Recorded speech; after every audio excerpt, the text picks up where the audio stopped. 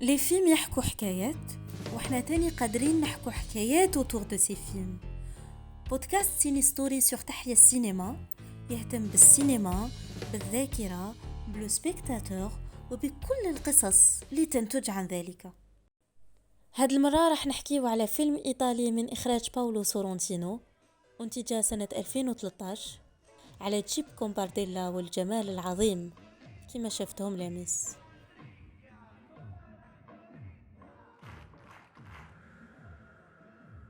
A questa domanda, da ragazzi, i miei amici davano sempre la stessa risposta: la fessa.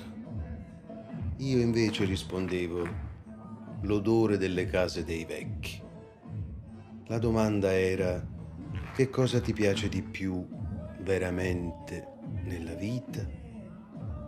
Ero destinato alla sensibilità. Ero destinato a diventare uno scrittore. Ero destinato a diventare Jep Gambardella.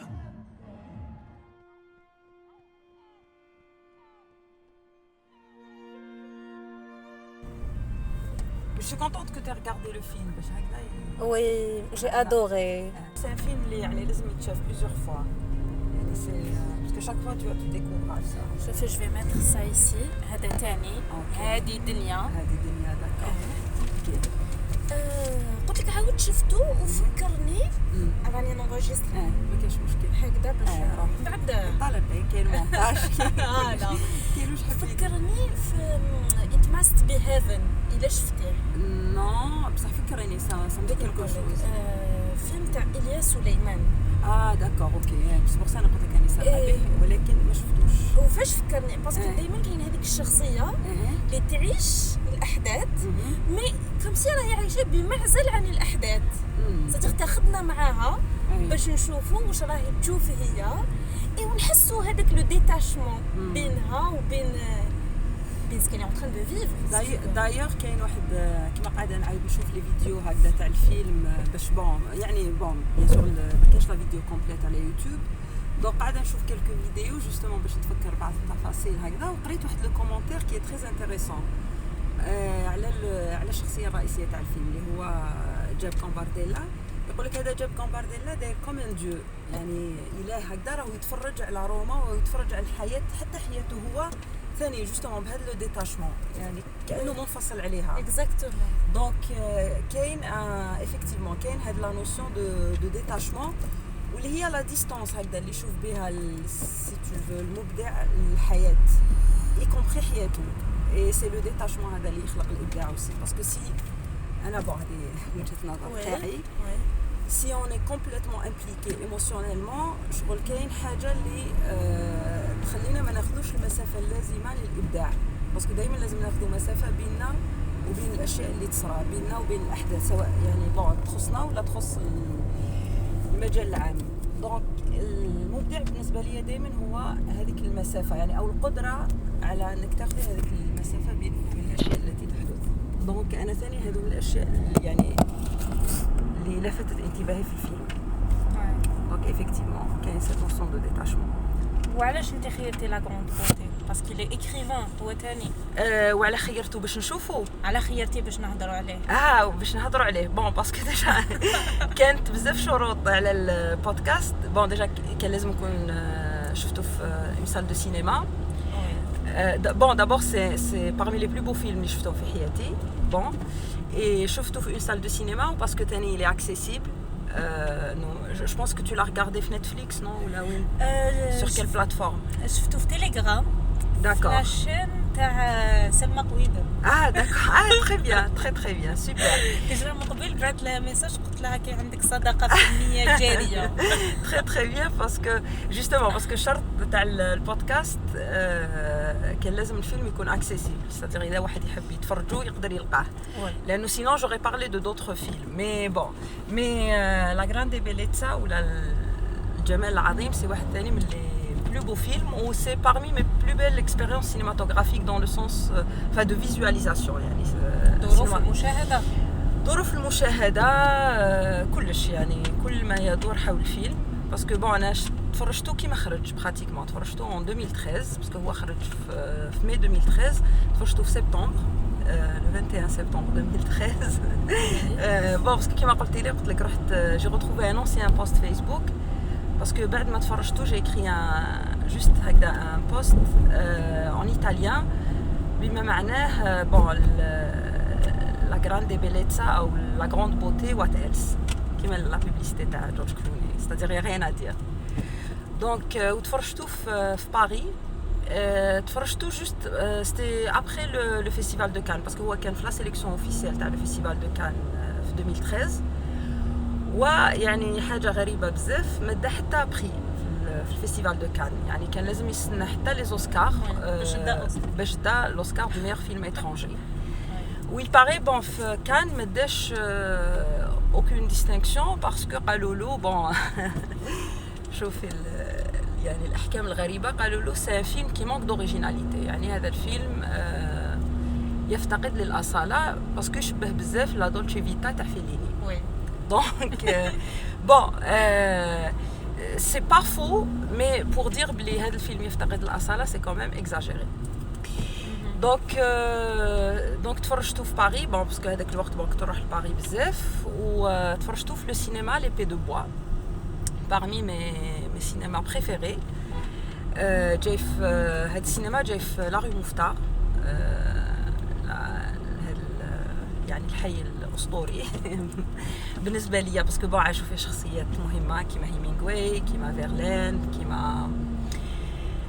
كيما جورج اورويل دونك نحبو بزاف ونحب لو سينما هذا لي بي دو بوا باسكو سي ان سينما اللي ما يبيعوش فيه البوب كورن وانا واحد الوقت كنت متعصبه لواحد الفكره انه يعني ما نقدرش نروحوا نتفرجوا فيلم في السينما وناكلوا يعني ما كنت رافضه فكره اني نتفرج الفيلم مع ناس ياكلوا في البوب كورن ولا يشربوا حاجه ولا بور ما شغل سي يعني كنت نشوف السينما كيما المسرح كيما يعني كيما هذو الاماكن اللي هي عندها طقوس معينه بون بعد بدلت رايي يعطيك الصحه وبعد بدلت رايي يا اون اكسبيريونس اللي خلتني نبدل رايي بون سورتو بون كيما واحد يحب يتفرج فيلمات خفيفه ولا بون عنده الحق يقدر ياكل يقدر يبرون دي بوب كورن انا سكت ولا يقدر شغل كوم سي راني ندير دي ريغل شغل فكرت كاع واش كنت ناكل شغل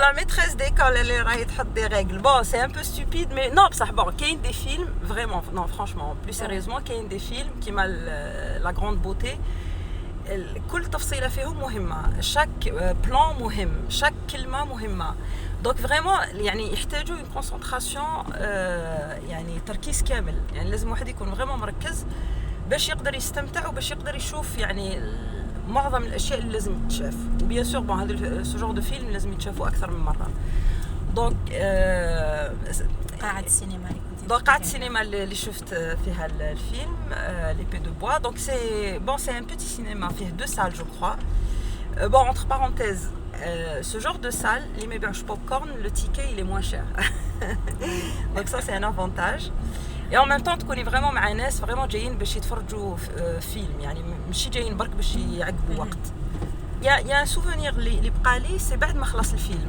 يعني بون قعدنا نتفرجوا وبعد كيما خلص الفيلم قعدنا ان مومون قبل ما نوضوا يعني يافي كالكو شوز دو يافي واحد ليموسيون هكذا كي افي كو بون خلاص الفيلم جاز جينيريك بقينا هكذا كالكو طون ما نقدرش نقول لك شحال بون بروبابلمون دي سكوند ما على باليش بتاتر دقائق بون دقائق سا سري بتاتر اكزاجيري دي انستون هكذا قبل ما الناس تنوض يعني تحسي باللي كاينه عفسه هكذا صرات حاجه واش شفت دونك فهذا لو مومون نشفى عليه تري تري بيان يعني قبل ما نوضوا قبل كل واحد ما ينوض من الكرسي ديالو كل واحد قاعد يخمم هكذا تاع كيس كي فيان دو ماريفي اي سا سيتي بو سا سيتي فريمون بو دونك هذا يدخل في جزء من الجمال وجزء من المشاهده ثاني دونك سيتي يعني كان استمرار لحظه المشاهده هذيك دونك سا سي تري تري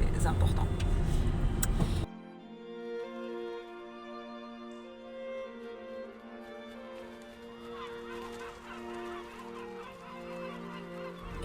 الشخصيه تاعنا في الفيلم هذاك باغيك هي اللي كانت تحوس على الجمال العظيم. ما نخليك ديري سينوبسيس على الفيلم. هيا قولي لنا. بون انا بالنسبه لي هذا الفيلم سي يناقش فكره ولا يطرح سؤال اللي هو يعني لي انا بزاف، اللي هو سؤال الجمال. ما هو الجمال؟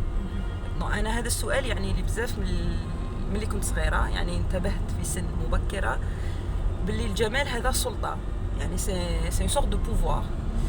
Et à partir de ce moment يعني la beauté est aussi même politique si tu veux. فا à partir de ce moment انا هذا لو كونسيبت بدا يعني لي بزاف، وشاك فوا نطرح لنفسي السؤال هذا: واش معناها الجمال؟ يعني واش معناها واحد شباب مثلا، واش معناها وحده شابه، واش معناها كتاب شباب، واش معناها فيلم شباب.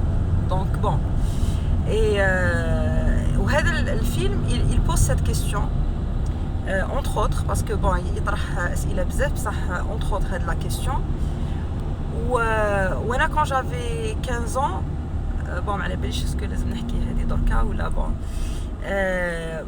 بعد نقول لك سي كوا ما ديفينيسيون تاع لا بوتي، يعني la définition اللي لحقت ليها quand tu avais 15 ans. Oui bon enfin quand j'avais 15 ans j'ai eu une réponse اللي هي اللي بقات معايا واللي maintenant elle est restée valable. يعني parce qu'à 15 ans j'ai découvert اكتشفت الشاعر العظيم جون كيتس. ça c'est un poète anglais parmi يعني من اعظم الشعراء في تاريخ البشريه ومن اعظم الشعراء في اللغه الانجليزيه. هو عنده ان بويم اللي هو le poème s'intitule Ode on a Grecian urn ولا Ode pour une urne grecque او اغنيه لمزهريه اغريقيه. بون حكايته طويله هذا لو بويم، لكن في اخر القصيده كاين ان فير كي اكستراوردينير. بون نقوله لك en anglais اللي هو يقول لك beauty is truth beauty that is all you know on earth and all you need to know. يعني الجمال هو الحقيقة جمال، هذا كل ما تعرفه على وجه الأرض وكل ما تحتاج إلى معرفته. وبون بيان سور كون جافي 15 ans ما كنتش مدركة بكامل أبعاد يعني بكل معاني هذا البيت، مي يعني au fur et à mesure ومع التجربة الإنسانية ومع التقدم في التجربة وفي العمر وفي كل حاجة الواحد يكتشف عظمة هذا البيت. باسكو فريمون سي فري الجمال هو الحقيقة، يعني على الأقل بالنسبة لي أنا يعني أنا بالنسبة لي أي حاجة اللي تكون فيك ولا ماهيش حقيقية ما تقدرش تكون شابة، وكل حاجة حقيقية هي بالضرورة جميلة. يعني وهذا الفيلم يعني هو الشخصية تاع جاب غامبارديلا. بون سي ان اكريفان. بون هو الحق ديجا الغوم هو ماهوش اوريجينير من روما، هو الحق الروما كان عنده 26 سنة، و اونتر بارونتيز جون كيتس مات هو عنده 26 سنة. يعني كما جاب غامبارديلا بدا حياته، جون كيتس il était déjà mort, il avait fait déjà une œuvre وبقى في التاريخ. جاب غامبارديلا الحق الروما كان عنده 26 سنة، كتب كتاب، هذاك الكتاب دار ان سوكسي فو.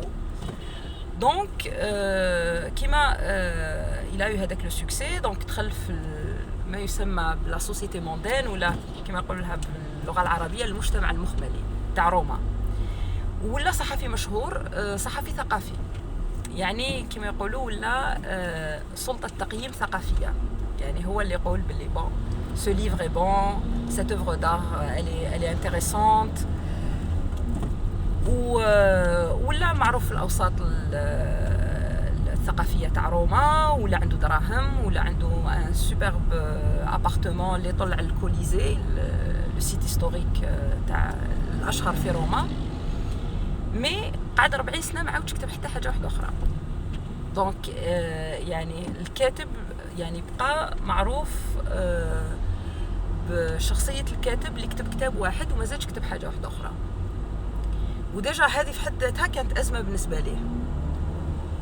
وهو كاين ان باساج في لو فيلم تري انتريسون اللي يقول لك كيما هو يبدا يحكي حياته ولا يعرف على روحه، يقول لك انا لحقت روما كان عندي 26 سنة وكنت حب يعني نكون جزء من هذا المجتمع المخملي تاع روما. ويقول لك انا ما كنتش حاب فقط نكون جزء منه، كنت حاب نكون لغوا تاع هذا المجتمع.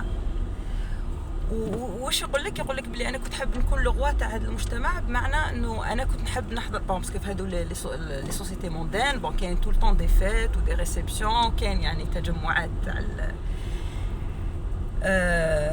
تاع الشوينغ اوف يعني تاع استعراض تاع الاستعراض وكل حاجه. فهو يقول يا فراس تري انتريسونت في الفيلم، يقول لك انا ما كنتش حاب نكون جزء فقط من هذه الحفلات، بصح كنت حاب يكون عندي لو بوفوار ولا يكون عندي السلطه باش نخسر هذه الحفلات. كيما تفكري في هذه الجمله تقدر تلخص طموح كل كاتب وكل مبدع وكل فنان. وروما تقدر تكون المدينه هذه تقدر تكون اون ميتافور ولا جوست رمز لكل الفنون.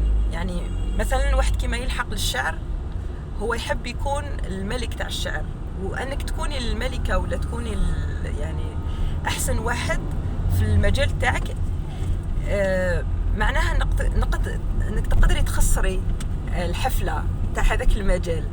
راكي فاهمه لا ميتافور شويه؟ سيتادير كو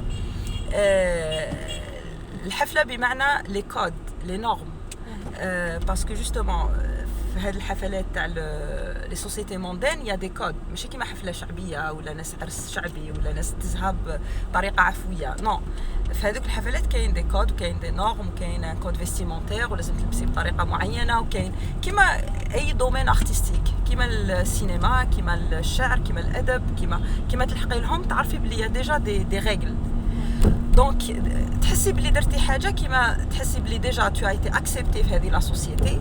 دونك سي تو فو يعني كاين ناس استعرفوا بالموهبه تاعك، مي ابخي عندك لو بوفوار باش تكسري لي ريغل دو سيت سوسيتي او لي ريغل دو لا كرياسيون ارتستيك. دونك سي لا فراز هذه ولا الطريقه اللي عرف بها جاب كومبارديلا عن نفسه هي الطريقه سي تو فو هي الطريقه اللي يقدر اي مبدع يعرف بها عن نفسه، او هي تلخص الطموح تاع اي واحد مبدع ولا فنان ولا كاتب ولا الى اخره. دونك سا سي انتريسون. مي ابخي هو il a pas pu faire ça، هو il a échoué، يعني هو ما نجحش انه يكون لو روا ولا نجح انه يخسر الحفله، ولا هو بون ولا جزء من هذيك لا ديناميك ولا جزء من هذاك المجتمع avec وعايش avec une grande frustration et avec une grande déprime. وما كانش وحده، هو كامل هذاك المجتمع كامل الناس اللي وهذه حقيقه يعني كما تدخلي في اي وسط ثقافي ولا ادبي ولا فني ولا حتلقاي مجموعه من الناس اللي كل واحد في البدايه كان عنده طموح كبير مي جاز الوقت وما حققش الطموح تاعو. ولو بيغ انه ما قعدش في اون ديناميك تاع راهو يسعى لتحقيق هذاك الطموح تاعو، نو لقى بلاصه في هذاك المجتمع، قعد في هذيك البلاصه وخلاص ولا معروف باللي فلان بون اللي دار حاجه ولا فلان المدعي ولا فلان بون او يدور راهو معروف، مي ان ميم طون ما دار حاجه عظيمه، ما راهو دون اون ديناميك باش يدير حاجه يعني ديفيرونت.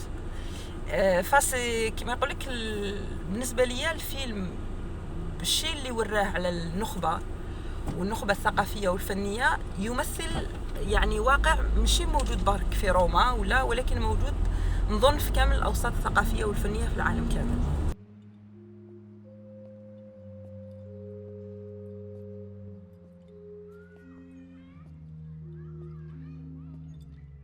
وهو يسال يعني لو بيرسوناج il se pose la question وعلاه ما عاودش كتب كتاب واحد اخر، يعني كاسكي لا بيردو في لو باركور تاعو، واش هي الحاجه اللي فقدها واللي هي لا بوتي، فقد لو سونس دو لا بوتي. سي بور سا ما قدرش يعاود يعني يكري اوتر شوز. انا نحكيو على الشخصيه على خاطر هو فيلم متعلق بالشخصيه، بصح الفكره بون هو الشخصيه الرئيسيه وعندها محطات صدق ما كانش كاين حدث بارز اللي بدل له حياته ولا بدل القصه ولا هو كاين حاجه برك كيما يعرف باللي الطفله اللي يحبها كيما كان صغير ماتت، باسكو سا هذه الحاجه اللي حتخليه يعاود يلتفت كما يقولوا الى عالمه الداخلي، يعاود يرجع يشوف روحه من الداخل ويعاود يطرح على نفسه الاسئله الكبيره هذه. بون ديجا هو بون الفيلم يبدا بلا فيت كيما قفل 65 سنه باسكو il va faire une grande célébration، مي كاين حدث اللي فريمون هو حيقيسوه حيخليه يعني كيما يقول لك يعيد النظر ويدخل يعني بعمق يعني في داخل روحه، يعني عاود يشوف روحه بعمق اللي هو quand il va apprendre le décès تاع الطفله اللي يحبها. وسي بارمي لي شوز اللي ثاني خلاوه يفقد الجمال العظيم، باسكو سي كالكان اللي فقد الحب تاع حياته، ما قدرش يكون مع حبيبته، ما قدرش يعني يحافظ على الحب تاع حياته. افيك لي فلاش باك كان في كل مره يرجع سي سوفينير بوتيتر ديتي مع هذيك الطفله اللي كان يحبها. هنا انا واش جاتني الفكره انه ممكن خدا هذيك الحاله معيار للجمال. تو تافي. ملتم احيانا شغل الا خديتي موقف وتقولي هذه هي الحاجه الشابه، بعد كل حاجه حتولي تعيشيها تو لا كومباري. هذا يعني يقرر موقفك ولا خياراتك ولا ذوقك عليها في كل حاجه من بعد، وكان يمر عليها بعبث. وبقى الحب تاعو، الحب تاع تقريبا كان يعني تاع الشباب الاول ولا سن المراهقه، هو اللي بقى المرجعيه تاعو. بقات المرجعيه تاعو ايفيكتيفمون ميم اون تيرم دو بوتي.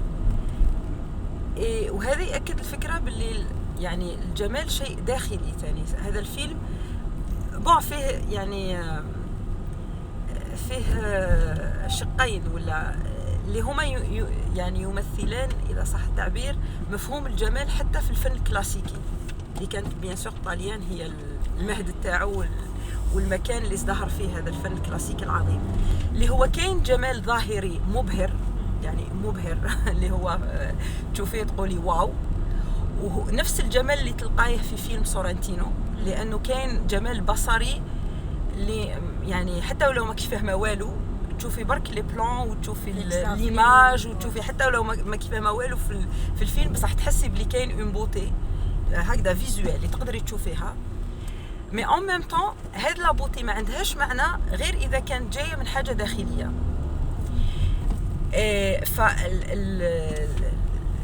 الفيلم هذا يناقش هذه الفكره، سواء من خلال فكره الحب اللي هو لانه المأزق الحقيقي تاع الشخصيه تاع جاب غامبارديلا سي جوستومون انه هو فقد الحب تاع حياته.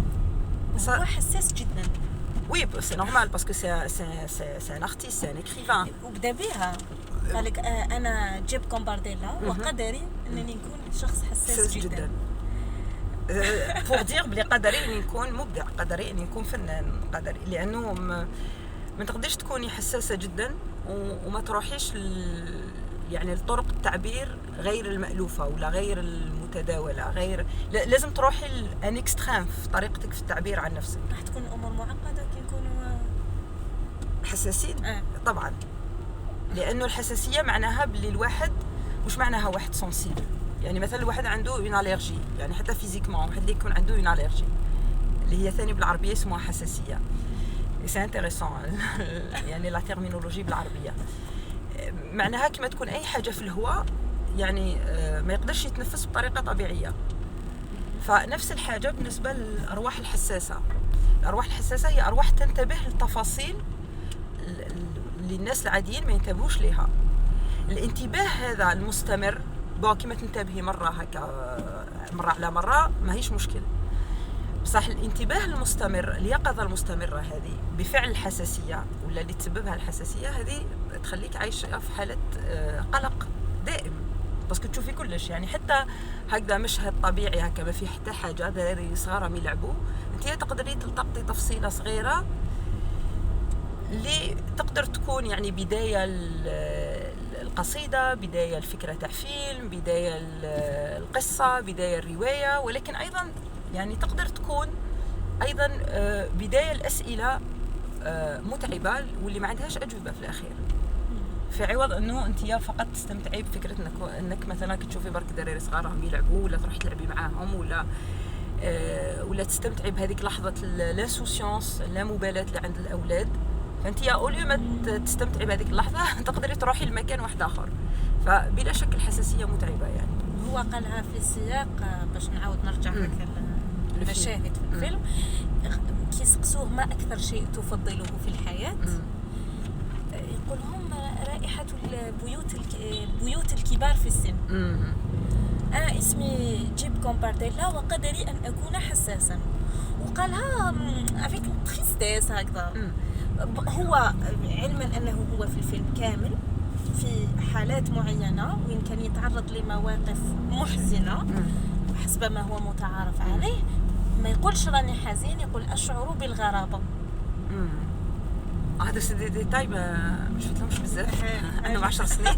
ايه مي سي انتريسون، وي سا سي تري انتريسون. فيلم شغل قطعة شعرية. وي سي ان بويم، وي سي بور سا سي ان غران فيلم. دو فاصون كل يعني الافلام الكبيره هي قصائد كبيره، يعني قولا واحدا بالنسبه لي على الاقل. مي هو سي ان بويم، و جيم بيان هذه تاع أشعر بالغرابة. أشعر بالغرابة باردون قالها زوج مرات. قالها مرة مع كي مات وليد ساكوليك، وليد سونامي، هذاك لو جون هذاك ديبريسيف اللي يقرا كتابات بزاف. صحيح دوك شنو نقولوا ليه. وقالها مرة أخرى نهار اللي تلاقى بنت صاحبه اللي دخل معها في علاقة. وي لا جون هذيك قالها وعلاش سألها شيء عن الجمال، قالت له ما نحسش روحي مؤهلة ولا نستاهل الجمال. واو شافيه مليح. قالت له زعفتك ولا غضاتك؟ قالها لا أشعر بالغرابة. وي جوستومون على الشعور بالغرابة وعلى الشعر وعلى القصيدة، الفيلم القصيدة. باسكو جوستومون هو كما قلت لك انا بالنسبه لي كان مبني على اون ميتافور، باسكو كما قلت لك روما هذه سي ديجا اون ميتافور. كما يقول لك انا وصلت روما وكان عندي 26 سنه، يعني هذه روما تقدر تكون اي يعني مجاز يعبر عن اي مكان عظيم نصل اليه. يعني يقدر يكون مكان يعني هكا فضاء مادي ملموس، مدينه ولا يعني مكان خاص، ويقدر يكون الفن. يعني حين نصل إلى الفن، إلى منطقة الفن ولا منطقة الإبداع ولا منطقة الأدب ولا دونك سا أوسي سي من الأماكن العظيمة اللي كيما نوصلوا ليها نحبوا نلقاو بلاصتنا فيها. إي أوسي كاين مجاز واحد آخر اللي هو الشخصية الرئيسية، لأنه كاين تحسي بلي كاين شخصيتين في الفيلم. جاب كومبارديلا هذا الكاتب المشهور اللي ولا صحفي مشهور، وكاين روما ثاني سان بيرسوناج في الفيلم. ولي دو بيرسوناج هادو عايشين على الماضي تاعهم، على امجاد الماضي. يعني روما يجوا لها لي توريست حتى اليوم، مدينه سياحيه كبيره يجوا لها ملايين السياح كل عام باش يشوفوا باش يشوفوا الاثار العظيمه تاع روما القديمه، ماشي باش يشوفوا حاجه حديثه. ونفس الشيء جاب كومبارديلا معروف برينسيبالمون بسبب كتاب او بفضل كتاب كتبوه من 40 سنه. يعني كما كان عنده 26 سنه ومن بعد ما زادش يعني كتب حاجه واحده اخرى. تحسي باللي روما والشخصيه الرئيسيه عايشين للزوج مأزق، اللي هو في الماضي داروا حاجه بصح ما قدروش يعاودوا يديروا حاجه واحده اخرى. دونك والسؤال هو وعلاه، هذا هو السؤال اللي يطرحه الفيلم، وعلاه كالمدن ولا الأشخاص ولا الجماعات البشرية يعني الشعوب تدير حاجة مميزة بزاف في حياتها ويقدروا يخلقوا لحظة تاريخية عظيمة، ومن بعد وش يصرى اللي يخليهم ما يقدروش يعاودوا، سواء هذيك اللحظة لا تستمر ولا ما يقدروش يعاودوا يخلقوا هذيك اللحظة ولا لحظة على الأقل في نفس المستوى تاعها. روما مازالها مدينة جميلة، والطاليان c'est toujours un pays intéressant, mais ça n'a rien à voir avec روما القديمة. ça n'a absolument rien à voir. donc هو السؤال ما الذي نفقده يعني في الطريق اللي خلينا ما نقدروش نعاودوا يعني نخلق لحظة الجمال ولا نخلق هذيك الإبداع المميز ولا هذيك الحاجة المميزة ولا تلك اللحظة المميزة اللي تبقى في التاريخ. ربما بالنسبة للمدن والحضارات ما على باليش، ولكن الأشخاص بالك نقدر نعيشوه مرة واحدة، ما دون ذلك كلها محاولات. كما يقولهم نقع في الحب مرة واحدة ومن بعدها كلها محاولات.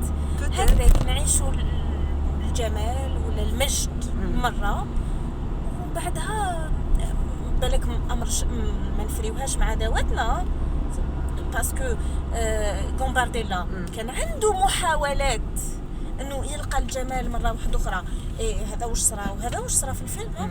كي جوستومون هو من بعد هو كيما انتبه يعني هو باسكو ان سارتان مومون كيما بدا يطرح لنفسه هذا السؤال بدا يحوس يعني بدا يروح لاماكن مختلفه يعني حتى ما كيما تلاقى هذاك الكاردينال هذاك الكاردينال كان حب الدراهم تاع التبرعات دونك بون مي إلا فولو اون ريبونس يعني كان بحث يعني راه عنده باش يسقسيه باسكو كان يحوس على اون ريبونس.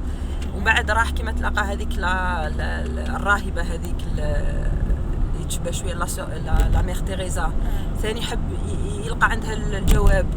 كيما راح مع صاحبه هذاك اللي كان عنده لي كلي تاع لي موزي وراح يحوس في لي موزي يعني هو من بعد ولا يطرح لنفسه هذيك تاع السؤال من اين ياتي الجمال وما الذي ضيعته. انا بور موا سي الفيلم سؤال عن الذي يضيع مش عن الذي نجده او نعثر عليه لكن عن الذي يضيع باسكو بارابور للشخصيه الرئيسيه او الشخصيتين الرئيسيتين اللي هما روما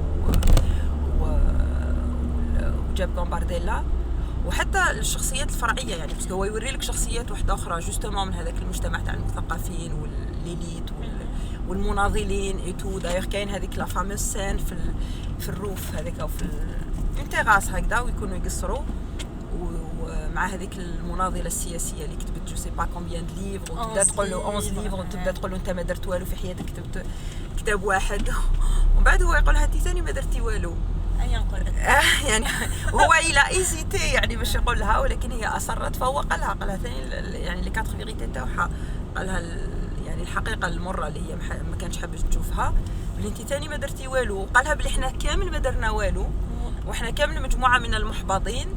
وداير يقول لها واحد الجمله كي ما ماركي يعني كو جيم بوكو قالها يعني اوليو ما راكي يعني حاسبه روحك اوليو ما راكي تعايرينا يعني المفروض بما اننا رانا كامل مجموعه من المحبطين فلازم تشوفينا افيك افيكسيون يعني بحنان يعني كل واحد لازم يشوف الخوه بحنان وخلاص يعني ورانا هنا باش ندوزوا وقت مليح مع بعضنا نضحكوا شويه نبدلوا جو بصح في الاخير احنا مجموعه من البائسين. فاقصى ما نستطيع فعله هو انه كل واحد يشوف الخوه بحنان يعني هو برأفه.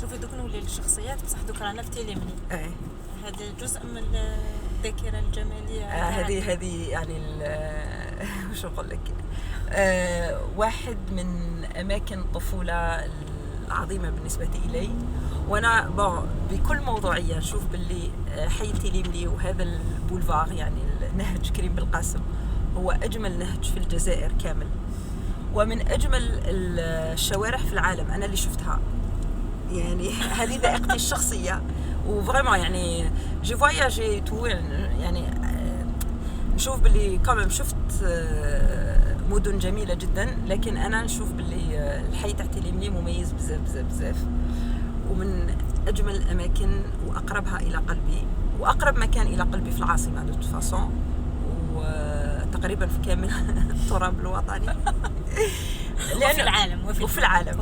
لا مش اجمل في العالم ولكن من اجملها يعني ولكن في العالم يعني مثلا دوك نقول لك حاجه شفتي هذه الشجره اللي قدام ليسي سانت اليزابيث يعني انا بالنسبه لي من اجمل الاشجار اللي شفتها في حياتي وباسكو لازم تجي لازم تشوفيها وانت ماشيه في ساعات مختلفه من النهار الصباح بكري شويه بعد العصر قبل المغرب باسكو هنايا ثاني لا لوميير تتبدل بزاف وسورتو كيما يكون الحال شباب فتقدري تشوفي السماء بالوان مختلفه وثاني الاشجار تشوفيها ايضا بالوان مختلفه دونك يعني هنا تقدري تشوفي الجمال بصور لا نهائيه فنغلق القوس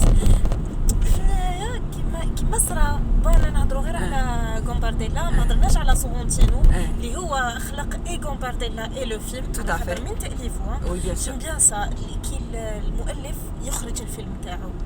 شوفي فيلم كيما هذا ما كاش حل واحد اخر يعني باش ديري فيلم كيما هذا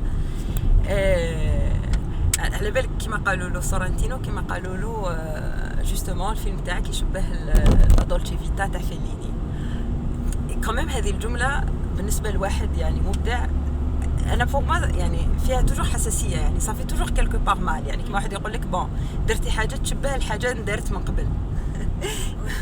فهو بكل بساطه واش قال لهم؟ قال لهم نو قال لهم فيليني دار ان شي دوفر، قال لهم انا يا ربي درت فيلم.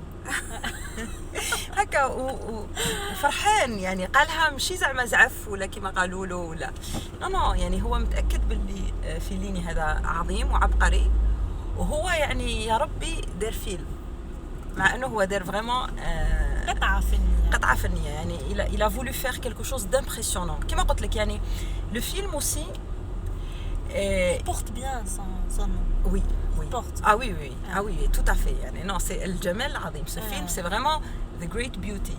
et وهو ثاني يعني يسائل الجماليه او جماليات الفن si tu veux الحديثة أو الاستيتيك مودرن.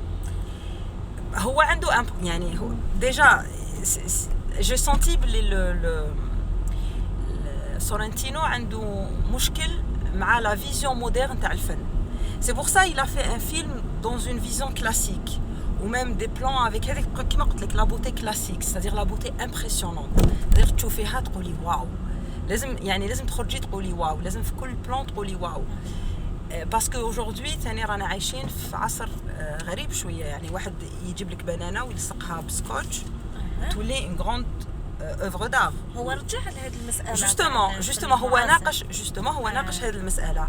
ديجا هو خدا موقف من هذه المساله en faisant un film كيما اللي داروا، باسكو هو كيما قلت لك رجع لون فيزيون كوميم تري كلاسيك دو ليستيتيك، يعني ميم سينماتوغرافيك ولا même de l'esthétique artistique, hein, يعني même en parlant des arts plastiques ولا même de l'adab، لأنه à un certain moment ثاني Gambardella il va citer Flaubert comme ثاني une grande référence pour lui. donc تحسي باللي هو ينتصر لرؤية كلاسيكية للفن وللأدب وملحمية، الرؤية هذيك ملحمية تاع لازم نديروا حاجة épique. Et en même temps, il critique un peu justement avec l'art les bon, OK, c'est moderne et tout, c'est différent, mais ça واش راكم حابين تقولوا؟ Est-ce que ça serait pas quand même un art qui est vidé de sens? Notamment كاين هذيك لا سين تاع الطفلة هذيك الصغيرة اللي elle est hystérique, dépressive ونورمالمون تكون يعني تلعب ولا تتعالج ولا جو سي با تكون يعني يلقاو لها حل. mais هي واش تروح دير؟ تروح تلعب بالالوان وتعيط وavec les couleurs elle va créer quelque chose sur un bon قطعة قماش بيضاء وامامها والناس راهي تتفرج واوليو جوستومون ما يتعاطفوا معاها انسانيا. باسكو انا نشوف وحده هكذا في هذه الحاله اول حاجه حنتعاطف معاها انسانيا، يعني نقول ديجا هذه الطفله نورمالمون كما قلتي راهي تلعب ولا راهي تقرا ولا جو سي با واش راهي دير، ولا على الاقل نشوف باللي الطريقه اللي راهي تعيط بها والطريقه اللي راهي يعني ليتا هيستيريك اللي كانت فيه، سيتادير بلي هذه الطفله راهي عايشه ان ماليز. فهما يعني عوض ما يتعاطفوا معاها قاعدين يصفقوا، يعني بالنسبه لهم راهي دير في الفن. دونك هو الكيستيون سا. ويا اوسي اون اوتر سين مع هذيك لا فام عريانه هذيك ثاني اللي تجري ثاني الفين بيرفورمانس وتدخل في الحيط ولا سو في مال، اللي هو الفن اللي هو فيه ديجا لا دولور وما فيش هذاك لا فيه دولور فيزيك، يعني لازم تحسيها، سواء وحده تدخل في الحيط وحده تعيط وحده اي ان ميم طون ما فيش هذاك الجمال بمفهومه الكلاسيكي. لكن السؤال الأهم هل فيه معنى؟ لأنه الجمال أوسي افون تو سي حاجة اللي عندها معنى. اسكو حاجة اللي تكون خالية من المعنى تقدر تكون شابة؟ لا encore c'est une question sur وراح سقساها يعني اللي طالع encore plus loin باعتباره جورناليست دونك عطالو الحق انه يروح يسقسيها هذيك الفنانة اللي دخلت في الحيط علاش؟ قالت له ما على باليش، ما عرفتش تجاوب، ما على باليش ماشي من المره الاولى حتى يبني لا انسيستي وبدات تبكي قالت له والله ما على بالي. يعني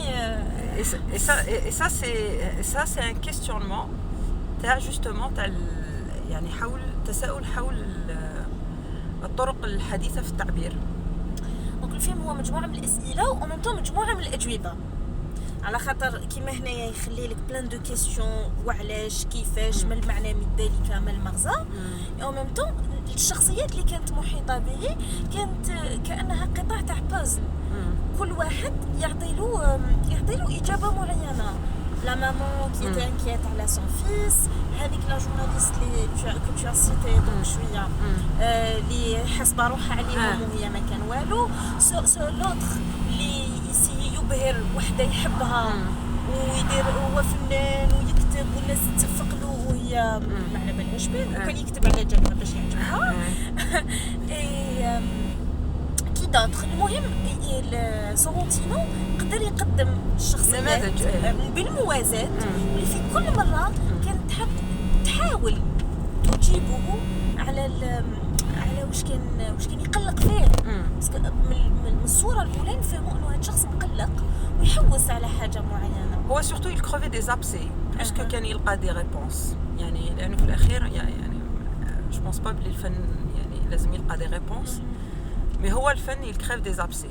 يعني هو كان يعني في كل مشهد او في كل شخصيه ولا في كل حكايه تحس بلي كان يروح جوسكو بو بور جوستومون كروفي لابسي، ومن بعد كيما كونت يكروفي لابسي بون كنت تشوفي حاجه او كنت تكتشفي حقيقه معينه.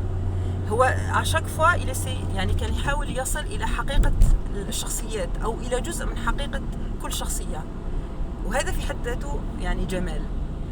بالتعريف تاع جون كيتس يقول لك الجمال هو الحقيقه جمال. يعني في كل مره نقترب فيها من حقيقه شخص ولا من حقيقه موقف ولا من حقيقه اي حاجه، فنحن بطريقه او باخرى نقترب من الجمال.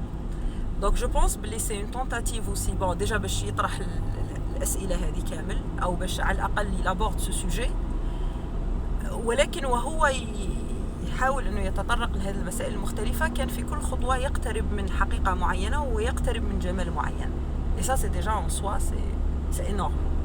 يعني c'est énorme وبالنسبه لي c'est mieux que de trouver une réponse parce que de toute façon il ne s'agit pas de trouver des réponses. فهذا هو. كانت عندي حاجه في راسي كنت حابه نهضر عليها، معليش دوكا الا تفكرتها سيت تفكريها. كاين اللي قالوا ثاني باللي سي بون سي ان فيلم بوليتيك اوسي، يعني كلكو يعني كاين اللي يعني شافوا او داروا قراءه سياسيه ثاني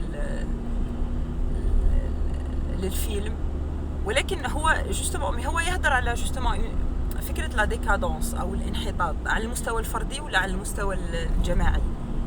يعني كما قلت لك كما كنا نوجدوا البودكاست حكيت لك على جوستومون هذيك ثاني لا سين اللي هي تاع لا دانس تاع لو تران اللي في شاك فيت بون تقريبا في اخر الحفله، يعني كما كامل الناس بون يكونوا في عالم واحد اخر ويكونوا عيانين ويكونوا ومن بعد خلاص يا بلو ريان افير. دونك واش يديروا ان تران، يعني كل واحد يعني حاكم في خوه وما يشوفش ليه، يعني كل واحد عاطي ظهره للخوه ويبداو يشكلوا ان تران ويبداو يزافونس ويدانس. طبعا الرقصه بائسه، يعني سي دانس كي نا اوكان سونس ميم استيتيكمون سي با بو وكما قال je pense je sais pas ce que c'est l'acteur principal اللي قال هذه الجمله ولا سورنتينو جو مابيل بلو، يقول لك بلي هذا سي ان تران كي مين نول بار et donc c'est le plus beau train parce que c'est le train qui mène nulle part. بصح يقول لك ثاني هو يعبر على جوستومون على التعاسه تاع هذا المجتمع، التعاسه تاع هذو الناس اللي هما ثاني ما لحقوا لحتى بلاصه وماوش حتى قادرين انهم يزهاو بطريقه يعني عفويه سي ابسورد سي تريست، لانه يعني كل واحد اصلا اللي بروفونديمون تريست دون سا فرستراسيون اللي هو ما قدر يوصل حتى حاجه. لانه اتونسيون ثاني كاين بزاف ناس من هذاك المجتمع اللي هما يعني في الاصل الناس عندهم طموح كبير، فسي تري فرسترون واحد يكون عنده طموح كبير بصح ما يدير به والو، وفي الاخير يقبل فكره انه بون فينالمون ما حدير والو، لانه وهذاك الطموح في الاخير ربما كان وهم فقط. لانه بون واحد يكون عنده طموح يخدم يحاول يعني لانه بون في الاخير ماشي كامل المبدعين هكذا، كاين ناس يعرفوا الحجم تاع الموهبه تاعهم، يعرفوا بلي بون لازم يخدموا بزاف، يعني تلقاهم توجور دون اون ديناميك دو كرياسيون، اون ديناميك تاع راهم يتقدموا باش يديروا حاجه، وتلقاهم متصالحين مع نفسهم ومتصالحين مع فكره باللي وعاده هذول الناس اللي يكونوا عندهم وعي بالحدود تاعهم، باللي ليميت تاعهم، يعني وعلى فكره هذول اللي ينجحوا اكثر. يعني الناس اللي ما يكونش عندهم موهبه كبيره بزاف ولا ما يديروش في الاول نجاح كبير بزاف، يقول لك بون انا عندي شويه موهبه بصح لازم نخدم بزاف وعندي لي ليميت تاعي، دونك لازم نعرف كيفاش جو جير لي ليميت تاعي. وثاني يكون عندهم ما يكونش عندهم هذاك الطموح القاتل انه انا جو ادخل روا د لا سين، نو انه برك نحب نستمتع ونحب ندير حاجه. فهذو تلقايهم لقاو كاين اللي يعرف يلقى توازن نفسي، هذاك التوازن النفسي يخليه يكمل ويخليه دائما عنده الطاقه، باسكو سي ان كيسيون دو طاقه، سي ان كيسيون دينيرجي، دونك يخليه دائما يكون عنده هذيك الطاقه الضروريه باش يقدر يدير حاجه، باش يقدر يكمل، باش يخدم، باش يجرب حاجات جديده، باش يشوف ناس جديده، باش الطاقه ثاني باش يندهش، باسكو ثاني الفكره هي يعني أسوأ ما قد يحدث للانسان انه ما يقدرش يندهش، ما كان حتى حاجه تدهشه، يعني يفقد الواو. يعني كاين ناس ما عندهمش الواو، انا يخوفوني هذوك الناس اللي ما عندهمش الواو، لانه تحسي باللي سي دي بيرسون يعني عندهم حاله احباط شديده، يعني كاين اون انديفيرونس بارابور ا تو. وي نورمال عادي، لا مش عادي، كاين حوايج واو تشوف الفيلم هذا نو تقول واو. ف حتى لو الواحد يحافظ على الواو تاعو باسكو ما شافش بزاف حوايج، مي سا غاست توجور بيان، يعني جو بريفير سا كو واحد فقد الشغف بكل حاجه وفقد القدره على انه يندهش امام حاجه. فهو لو بيرسوناج il était à la recherche de moments هكذا d'instants comme ça, surtout par exemple كيما تلاقى هذيك الراهبه وكان في الفجر هي كانت تصلي ويافي واحد المشهد اللي تاع الطيور والشمس تطلع، سيتي بو، وتحسي بلي هو وقف قدام هذاك المشهد، هي وهي طالعه الدروج هذوك باسكو هي تحبي ما تقدرش تمشي ايتو، سا سيتي بو. سي دي مومون وين الانسان مهما يكون ما لازمش يفقد لا سنسيبيليتي تاعو قدام لحظات كيما هذه. Perché non ha mai più scritto un libro.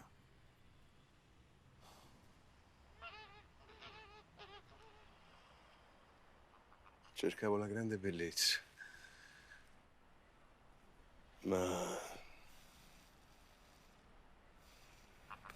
non l'ho trovata. Essa perché io mangio solo radici. No. No, perché?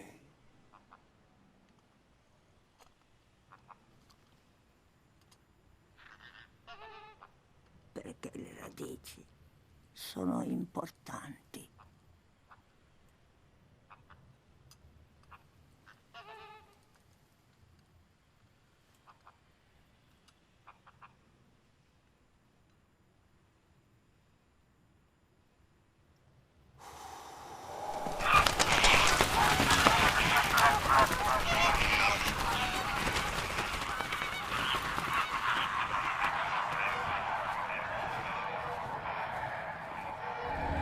دونك ça aussi c'est très important انه الانسان، هو هذا الفيلم يفكرنا باهميه هذه الاشياء، باللي الانسان سواء كان عنده طموح فني ولا طموح ابداعي ولا طموح ادبي ولا ما عنده حتى طموح في الحياه ولا عادي عايش حياته عادي وما كانش احلام العادي، يعني ما لازمش يفقد الحساسيه تاعو تجاه كاين جمال معين في هذه الحياه موجود بفعل الطبيعه وبفعل التواجد البشري وبفعل الانسان، كاين هكا جمال لا نستطيع ان نفلت منه ولا نستطيع ان نهرب منه، ولازم نبقاو كل مره نشوفوه لازم نحبسوا ونقولوا واو. اكزاكتومون. هنا سا مابيل ان اوتر فيلم اللي هو ذوق الكرز تاع كيارستامي. وي. الشخصيه اللي تكون ما كان حتى حاجه تبهرها في الحياه، يكون على وشك الانتحار، حتى وين يتلاقى بواحد يقول له انا المومون اللي بدل لي حياتي سيتي طعم الكرز. في واحد الصباح كنت كاره وشفت دراري صغار معلقين في شجره تاع سيريزيي وينحوم بحال كي ذقت انايا هذيك الحبه تاع الكرز. هي بون بدلت، فهمتي؟ وي دون لو سونس. وي il y a des ensembles bon on dramatise exagéré كي تكون على وشك الانهيار، ماشي حاجه كيما هذه لا تبدل لك. بس parce que la dépression c'est quoi? Bon, la dépression كما يقول لك c'est موضوع كبير يعني. الاكتئاب موضوع طبي وعلمي كبير ومعقد. يقولوا الحزن الشديد. لا ماهوش حزن شديد، لا الاكتئاب، نحكيو على الاكتئاب تحديدا يعني. با سي اللي هو تقريبا مرض عضوي باسكو اضطراب في الهرمونات توبا، حكايه كبيره. ولكن يعني من الاعراض البارزه تاعو انه الواحد يفقد طعم الحياه، فريمون يفقد يعني طعم الاشياء، اللي هو فقدان مادي يعني وفعلي وملموس، ماشي برك هكذا معنوي. فمن الاشياء اللي تقدر يعني تساعد الانسان انه يعاود يلقى طعم اي حاجه يعني، سواء كانت حاجه معنويه ولا حتى حاجه ماديه. يعني فكره انه واحد كما ياكل حاجه ويستمتع بذوقها، هذا دليل على انه الانسان يعني بصحه نفسيه جيده. الواحد اللي يقدر يستمتع يعني بالبنه تاع الماكله، بالبنه تاع الفاكهه، بالبنه تاع اي حاجه، جاب لي الانسان راهو مازالو مليح، حتى لو كان عنده مشاكل ولا شويه ديبريمي ولا مي اذا قدر يستمتع بهذيك اللحظه فسا يعني كما نقول لك سي ان تري بون سين. هذا تاني مرتبط بلو فيكيو تاع كل شخص، بتركيبته، بالكاركتير تاعو، صدق ماهيش معايير مضبوطه هكذا. نو بيان سور.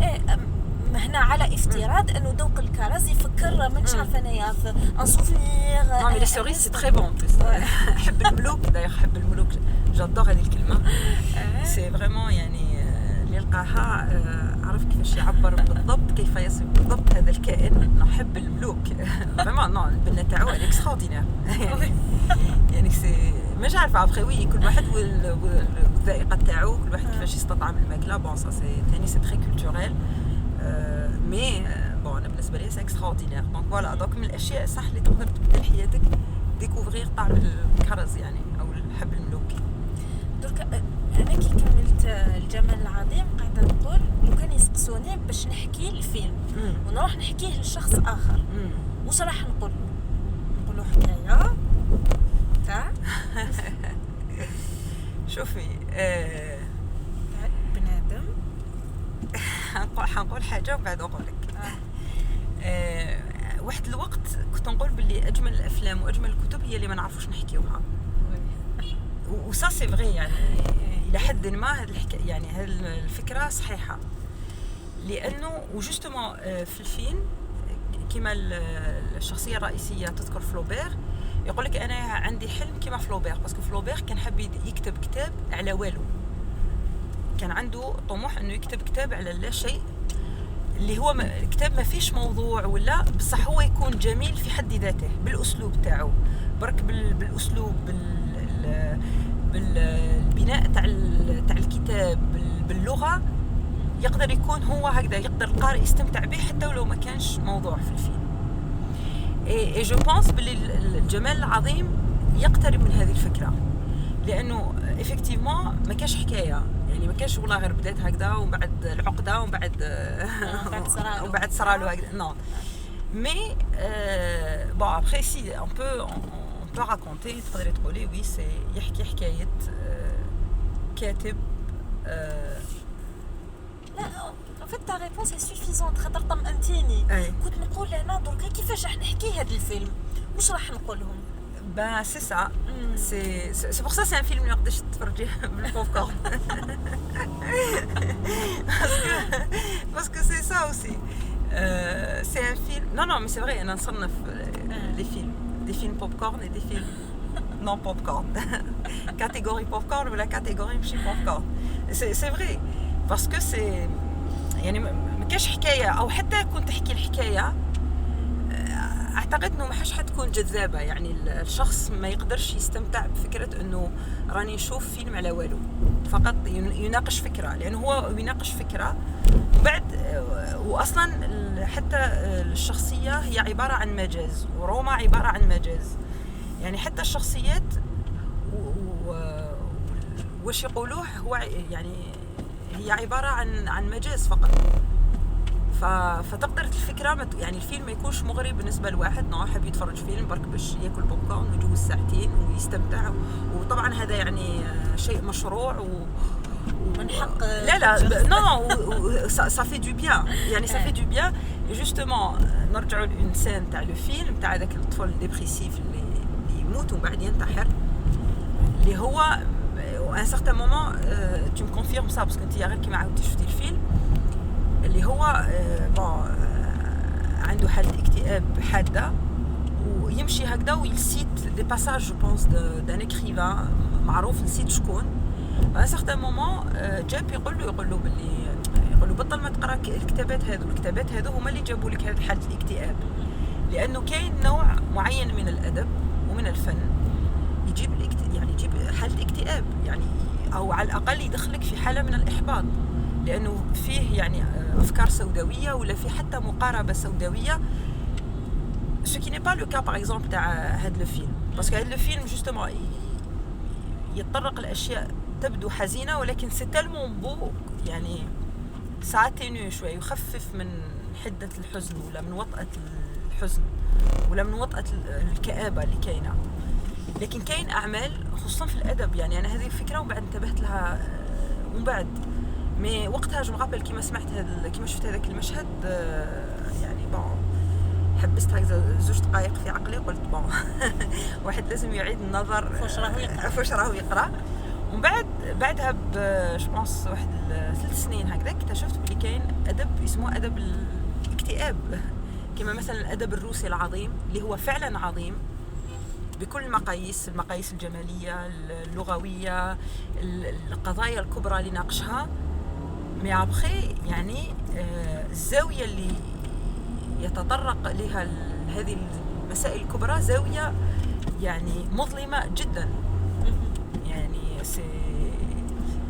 مثلا واحد يقرا كافكا ولا يقرا دوستويفسكي ولا الى سيتي دوستويفسكي مثلا انا صافي شحال يا ربي واحد 6 ولا قريت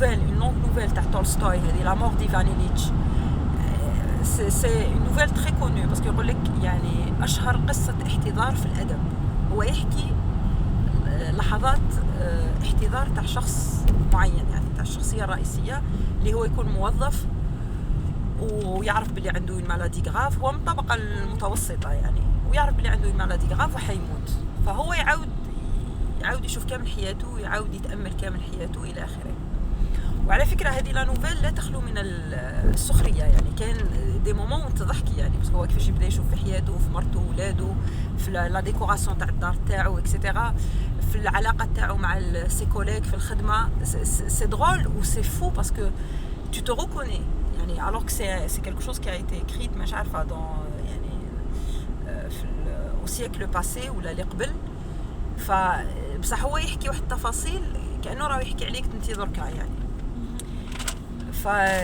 donc il y a des moments où الواحد يضحك mais en même temps c'est triste mais c'est vraiment triste que à la fin كيما تخلصي تقراي c'est vrai que واحد يكون يحس بلي قرا un chef d'œuvre ou c'est effectivement un chef d'œuvre mais après tu déprimes pendant 2-3 semaines et ça c'est je sais pas si c'est bon pour الصحة النفسية تاع الواحد والله يعني vraiment c'est الواحد après tu découvres par exemple la littérature américaine mais ça c'est كيما نقول لك موضوع واحد اخر وين يقدر يناقش لك ثاني قضايا كبيرة mais avec plus de gaieté يعني او يعني بخفة اكبر يعني اللي تخلي الموضوع يجوز يعني شوية دونك انا وليت انحاز الى الفن والى الادب اللي فيه شويه يعني ما يكونش في هذيك العتمه هذيك القاتله، يكون فيه شويه ضوء شويه شموع شويه يعني شويه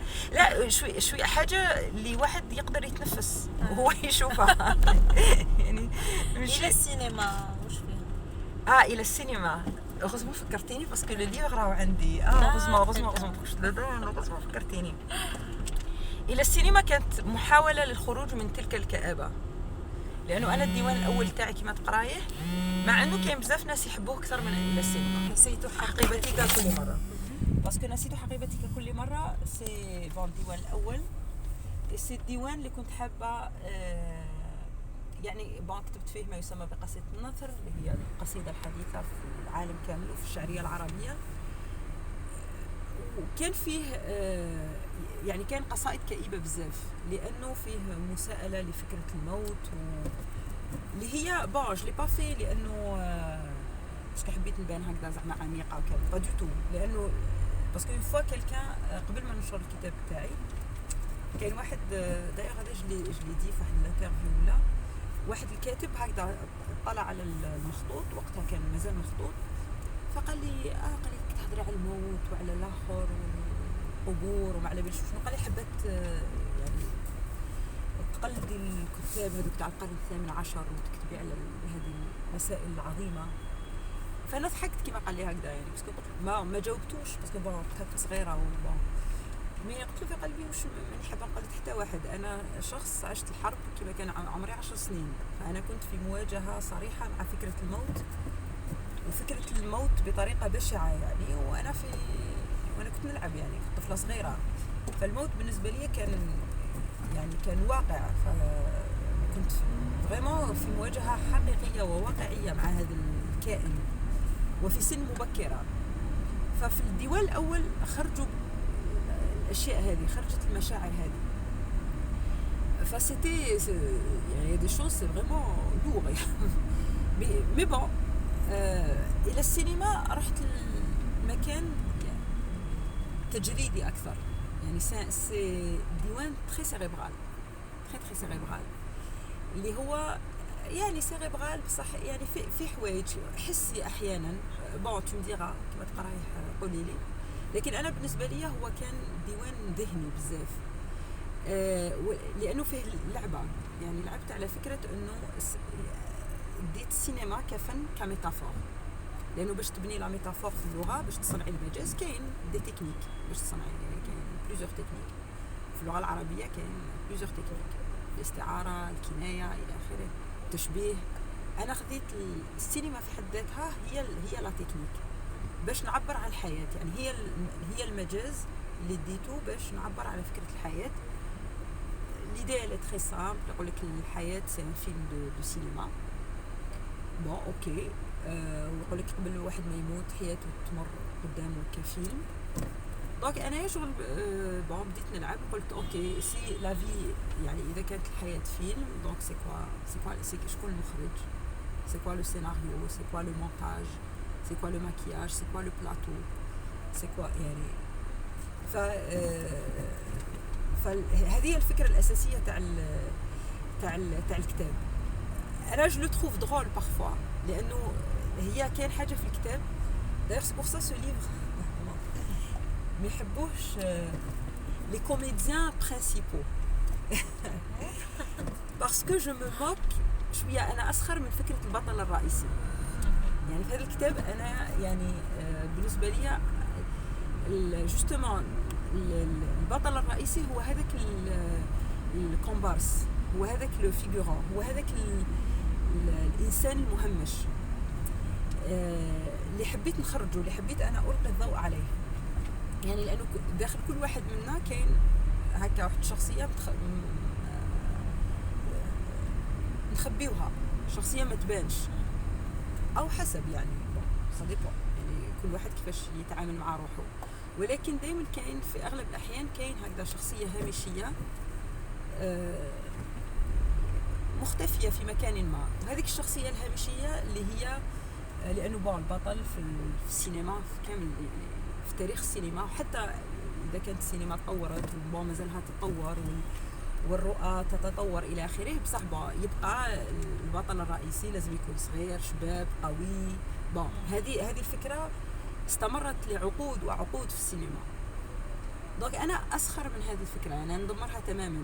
والبطل الرئيسي لانه كما تقراي الفيلم تحسب لي كاين ان بيرسوناج، هذا البيرسوناج ماهوش شباب، غير مرئي، مهمش، لو جور دو بيرسوناج اللي ياكل السلطه وتبقى له هكذا بين سنيه. فهو اللي نحط عليه الضوء، هو اللي يولي لو مومون دان ليفر، هو لو بيرسوناج برينسيبال.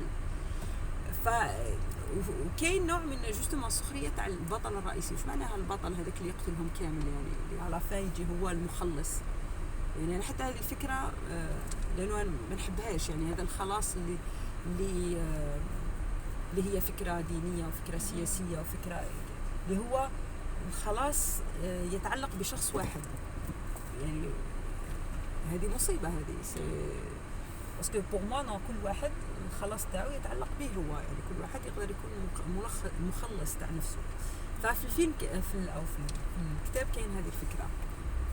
tu vas lire et tu vas voir. Est-ce que كاين كآبة؟ non je crois pas, non vraiment non. c'est au meilleur des cas tu vas trouver le livre drôle, au pire des cas tu vas le trouver inintéressant، ما عندوش معنى.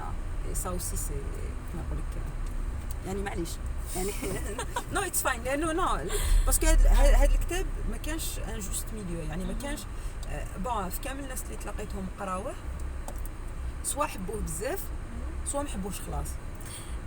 هذه تاع مساله المعنى moi par exemple on me reproche souvent ça. يقولوا لي كي تشوفي فيلم ولا تقراي كتاب بالسيف تحبي تلصقي له معنى اللي ماهوش فيه، اللي احيانا حتى المبدع في ذاته ما راهوش قاصدو. مي بصح انا ندافع على روحي. خصني نقول لا دي سي امبورطون. انا بالنسبه لي القطعه الفنيه هي شغل نتخيل الامر شغل تجربه علميه، هي محلول فيه لينك اللي نضيفوه لتركيبتنا اللي حنا شكون شخصيتنا باش يخرج شيء اخر. وي عليها كل فن يخليني نخرج معنى اخر بالنسبه لي انتريسون. مي انا بالنسبه لي ما كانش تعريف اخر للفن خارج هذه الفكره. انا هذه الفكره انا نقولها في الشعر، بصح هي ريالمون هي فكره تقدري تحطيها على كامل الفنون العظيمه، لأن الفنون العظيمه كلها تؤول الى الشعر. ça c'est un truc qui un peu متحيز. لا لانه يعني اي فن عظيم، قطعه موسيقيه عظيمه هي شعر، فيلم عظيم هو شعر. وش معناها؟ هو الفكره يعني كل فن عنده اللغه تاعو. كاين حاجه اسمها اللغه الشعريه، اللغه الادبيه، اللغه السينمائيه الى اخره. اللغه وش هو الدور تاعها؟ اللغه كما خلقها الانسان او خلقت، او يعني صديق كل واحد كيفاش يشوف الروايه تاعو كيفاش جات اللغه الوظيفه الرئيسيه تاعها وش هي انها توصل معنى. هذه اللغه يعني وظيفتها الرئيسيه الاساسيه. يعني انا مثلا حابه نقول لك حاجه المعنى راه واضح عندي وحابه نوصله لك، استعمل اللغه. دونك سي كوم ان بون، يعني يصل بين البشر. يعني انا جيعانه نقول لك يعني راني مستوعبه فكره بلي راني جيعانه، دونك المعنى راهو في راسي، ولكن استعمل اللغه باش نوصله لك. الفن على بها الفن حاله خاصه، وتحديدا انا نقولها للشعر، ولكن نظن باللي الامر ينطبق كما قلت لك على الفنون الاخرى حين تكون عظيمه ومميزه. الوظيفه اللغه تتبدل.